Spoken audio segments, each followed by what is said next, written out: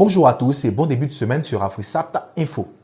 Débutons cette session d'information par le Burkina Faso qui demeure au centre de l'actualité depuis le soulèvement populaire du 31 octobre qui a mis fin aux 27 ans de règne de Blaise Compaoré.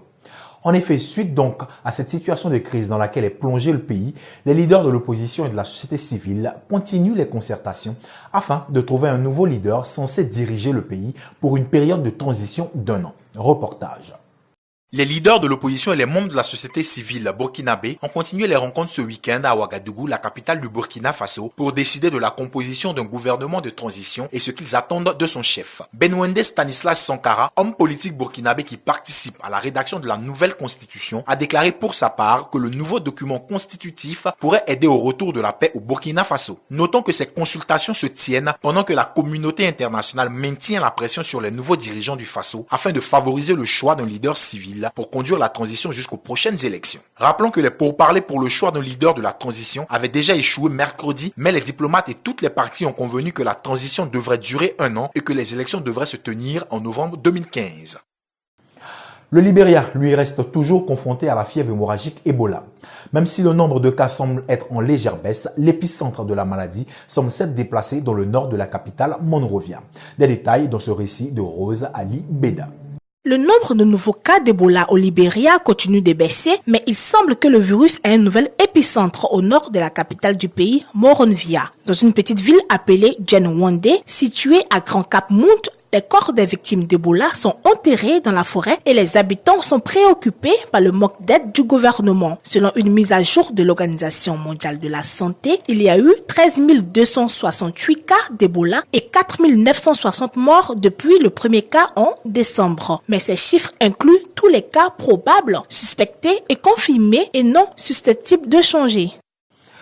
Ailleurs en Europe, l'Espagne est toujours secouée par les velléités sécessionnistes de la Catalogne. Des milliers de manifestants d'extrême droite ont manifesté bruyamment leur opposition à l'endroit d'un référendum sur la scission de la Catalogne d'avec le reste de l'Espagne. Noélie Richard. Des dizaines de manifestants d'extrême droite se sont réunis à Barcelone dimanche pour protester contre le référendum informel sur l'indépendance de la Catalogne en Espagne. Pendant la manifestation, les manifestants ont brûlé un drapeau catalan, ont scandé des slogans fascistes et effectué le salut nazi sous les yeux de la police anti-émeute. Rappelons que les protestations sont nées de la volonté des dirigeants catalans d'organiser un vote informel sur l'indépendance de la Catalogne, du reste jugé illégal par le gouvernement central espagnol. 155 km surmontés de 302 miradors, le mur de Berlin, érigé à partir du 13 août 1961, est plus qu'un symbole de la guerre froide. Il est la concrétisation du rideau de fer qui séparait l'Europe en 2 blocs. Eh bien, le monde en général et l'Allemagne en particulier ont célébré ce week-end le 25e anniversaire de la chute de ce symbole de la guerre froide. Reportage.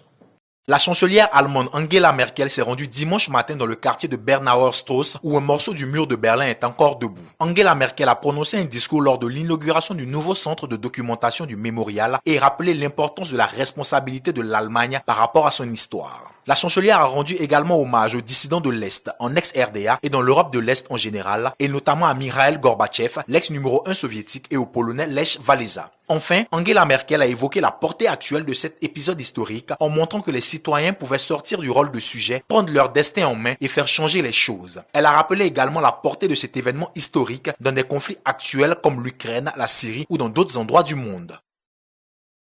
En économie, la communauté économique et monétaire d'Afrique centrale, CEMAC, souffre d'un excès de liquidités.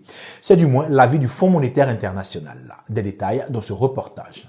Mis à part la République centrafricaine, tous les pays de la zone CEMAC sont producteurs de pétrole et souffrent d'un excès de liquidité qui nuit à leur politique monétaire. Pour Mario Dezamarowski, chef d'une mission du FMI auprès de la CEMAC et du Cameroun, l'excès de liquidité devrait être réduit pour renforcer les canaux de transmission de la politique monétaire. Selon le FMI, les banques commerciales et les établissements de microfinance de la CEMAC ont trop de liquidités. Cependant, l'activité économique n'est pas suffisamment financée. Rappelons que la CEMAC regroupe le Cameroun, le Congo, le Gabon, le Tchad, la Guinée équatoriale et la République centrafricaine.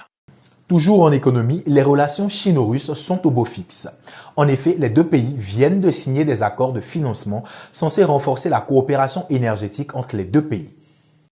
Les dirigeants de la Chine et la Russie ont signé des accords de financement ce dimanche pour renforcer la coopération énergétique entre les deux pays. Ces accords comprennent le développement d'une deuxième voie majeure pour fournir la partie chinoise en gaz russe. La coopération avec la Chine donne un coup de pouce à la Russie à un moment où Washington et l'Union européenne ont imposé des sanctions contre Moscou. Les présidents Xi Jinping de la Chine et Vladimir Poutine de la Russie ont présidé la signature des accords. Les prix faibles de la Russie sont un moyen d'élargir considérablement son marché qui va maintenant principalement vers l'Europe. Pour la Chine, la deuxième plus grande économie du monde, la coopération permet d'atténuer les pénuries de gaz. Refermons à présent la page économie de ce journal par le bilan satisfaisant dressé par le président chinois à propos de l'état de santé de l'économie chinoise. Rappelons que la Chine est la première puissance économique mondiale. Noélie Richard. Le président chinois Xi Jinping estime que l'économie de son pays est en train de changer. La croissance est certes lente, mais plus stable. Xi a également vanté les mérites du développement de la Chine dans le monde aux chefs d'entreprise asiatiques réunis à Pékin dans un discours ce dimanche avant le sommet Asie-Pacifique. Selon lui, les investissements à l'étranger de la Chine dépasseront les 1,35 trillions de dollars au cours des 10 prochaines années. La Chine va importer plus de 10 trillions de dollars de marchandises et envoyer plus de 500 millions de touristes à l'étranger au cours des 5 prochaines années. Le président chinois a également rencontré le président indonésien Joko Widodo dimanche à Beijing et a tenu une réunion bilatérale avant le sommet de l'APEC. Parlons sport à présent avec le conflit qui oppose la Confédération africaine de football au Maroc à propos de la tenue de la Coupe d'Afrique des Nations 2015. En effet, le royaume chérifien vient d'opposer une fin de non-recevoir à la CAF quant à la tenue de la compétition sur son sol en 2015 en raison de la fièvre hémorragique Ebola. Ayant reçu un délai de 5 jours pour dire s'il organiserait ou non la CAN 2015, le Maroc a tout simplement maintenu sa position de reporter la dite compétition. Selon les dirigeants du sport marocain, le virus Ebola continue de faire des ravages avec un nouveau bilan de l'OMS qui fait cas de 5000 morts à ce jour. Le royaume chérifin estime que la CAF devrait considérer ce bilan et reporter le coup d'envoi de la CAN, soit dans 6 mois ou en janvier 2016. Le Maroc n'entend pas laisser l'organisation de la CAN, mais demande tout simplement le report de la compétition. Pour rappel, le tirage au sort des poules aura lieu au Maroc. En Europe, on a encore joué au football ce week-end, notamment en Angleterre, où la 11e journée a été marquée par le choc Liverpool-Chelsea, le match nul de Manchester City toujours à la traîne et la victoire de Manchester United. Le résumé de la 11e journée de la Première Ligue anglaise, c'est dans ce reportage. Plusieurs équipes étaient en attraction pour cette 11e journée du championnat anglais. Le choc de ce week-end était sans nul doute le match opposant Liverpool à Chelsea. Les Blues de Chelsea, toujours invaincus depuis le début de la compétition, étaient en déplacement sur la pelouse de Liverpool à Anfield Road. Malgré une domination des Reds en termes de possession, les poulains de Mourinho ont pu tirer leur épingle du jeu grâce à un but de Cahill à la 14e minute et de Diego Costa à la 67e minute. Score final 2-1. Southampton, qui recevait Leicester, s'est également imposé à domicile 2-0 sur un doublé de l'international irlandais Shane Long.